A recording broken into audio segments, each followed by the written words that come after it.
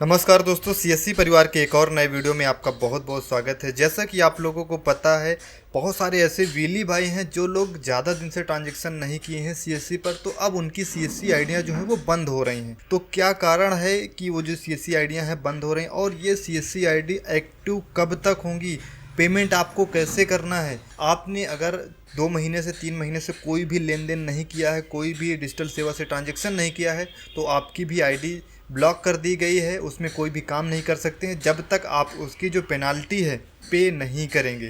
तो आज मैं बताऊंगा कि आप लोगों को पेनाल्टी कैसे पे करना है। जैसे कि मैंने यहाँ पे ओपन किया है, एक सीएससी आईडी है, यहाँ पे लिखा है you have not transacted on DSP digital सेवा पोर्टल लास्ट 365 दिन, यानी कि इन्होंने 365 दिन से ट्रांजेक्शन कोई नहीं किया है। और यू आर रिक्वायर्ड टू पे ए सम ऑफ 1000 रुपये ऑन योर डिजिटल सेवा पोर्टल वॉलेट रिवाइवल फीस, यानी कि वॉलेट को अगर फिर से रिएक्टिव करना चाहते हैं और कंटिन्यू रखना चाहते हैं एज ए वीली के रूप में, तो आपको 1000 रुपये पे करना पड़ेगा। If you do not want to continue as a wheelie, यानी कि अगर आप कंटिन्यू नहीं रखना चाहते हैं, आप नहीं चाहते हैं कि मेरा सीएससी आईडी चले, तो आप लोग आसानी से अपनी सीएससी आईडी यहाँ पे क्लोज अकाउंट पे जा कर के क्लोज कर सकते हैं।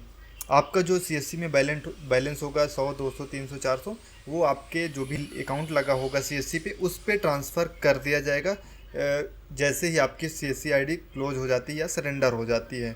तो अब यहाँ पे देखिए 2 ऑप्शन आपको दिखेंगे, एक रिक्वेस्ट फॉर एक्टिवेशन, एक क्लोज अकाउंट का। क्लोज अकाउंट पे आप लोग कर देंगे तो ये जो सीएससी आईडी है हमेशा के लिए क्लोज हो जाएगी, फिर आप कभी एक्टिव नहीं करा पाएंगे। अगर आपको रीएक्टिव करवाना है, यानी कि रिक्वेस्ट डालना है कि हमारा जो सीएससी आईडी है हम पे करना चाहते हैं 1000 रुपये, और हमारा जो सीएससी आईडी है वो फिर से एक्टिव कर दी जाए, तो आप लोगों को रिक्वेस्ट फॉर रीएक्टिवेशन पे क्लिक करके, अब यहाँ पे रीज़न बिना डाले आप लोग सबमिट नहीं कर पाएंगे, तो आपको रीज़न डालना होगा। रीज़न में आप को 25 वर्ड का जो है रीज़न आपको एक्सप्लेन करना पड़ेगा। जैसे मैं यहाँ पे नन लिखता हूँ, तो आप यहाँ पे सबमिट जैसे ही करूँगा तो यहाँ पे बता देगा कि आपको कम से कम जो 25 कैरेक्टर है उनमें का तो आपको यहाँ पे डालना ही पड़ेगा। तो आपको जो भी सुटेबल रीज़न लगे, जो भी सटीक लगे, आपके हिसाब से, अपने हिसाब से आप अपना रीज़न यहाँ पे डाल सकते हैं, क्योंकि जब तक आप लोग रीज़न नहीं डालेंगे तब तक वहाँ से एक्टिवेशन का सबमिट नहीं होगा पोर्टल के लिए। अब यहाँ पे जैसे मैंने डाल दिया कि I want to activate my account, and अब यहाँ पे मैं लिख देता हूँ कि मैं लिख देता हूँ I will continue to as a wheelie, या फिर कुछ भी लिख सकते हैं जो आपके हिसाब से सही लगे। जैसे I will work in digital सेवा पोर्टल रेगुलरली, तो मतलब कि मैं वर्क करूँगा।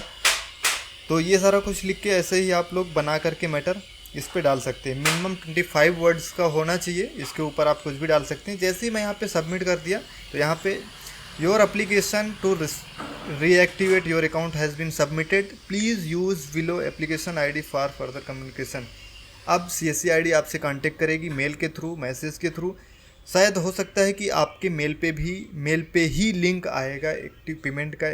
जब आप पेमेंट करेंगे तभी आप लोगों का जो सीएससी आईडी है वो आप काम कर सकते हैं। जैसे मैं यहाँ पे इसको क्लोज लॉग आउट कर देता हूँ। अब इसी सीएससी आईडी को मैं रिक्वेस्ट डालने के बाद फिर से ओपन करूँगा तो भी आपको सबसे फ्रंट पे पॉपअप यही आएगा, और ना तो ये कैंसिल होगा ना कुछ होगा। जब तक आपका पेमेंट कंफर्म नहीं हो जाएगा तब तक आपका अकाउंट एक्टिव नहीं होगा। अब बहुत सारे वीली भाई टेलीलॉक के चक्कर में, पीएमजी दिशा के चक्कर में बहुत सारे वीली भाई सीएससी आईडी ले लिए थे, अब उनका ऐसे ही होगा, सभी का बंद हो रहा है। तो अगर आप लोग एज ए वीली के रूप में काम करना चाहते हैं तो आप लोग कंटिन्यू कर सकते हैं, पेनाल्टी पे कर सकते हैं, क्योंकि टेलीलॉक पे काम करने वाले तो अक्सर कुछ ना कुछ ट्रांजैक्शन करते रहते हैं। लेकिन पीएमजी दिशा पे जो लोग आईडी बना करके काम किया था वो लोग एकदम से ट्रांजैक्शन नहीं करते थे, तो उनके लिए ही बहुत ही बैड न्यूज़ कह सकते हैं। मिलते हैं नेक्स्ट वीडियो में, धन्यवाद।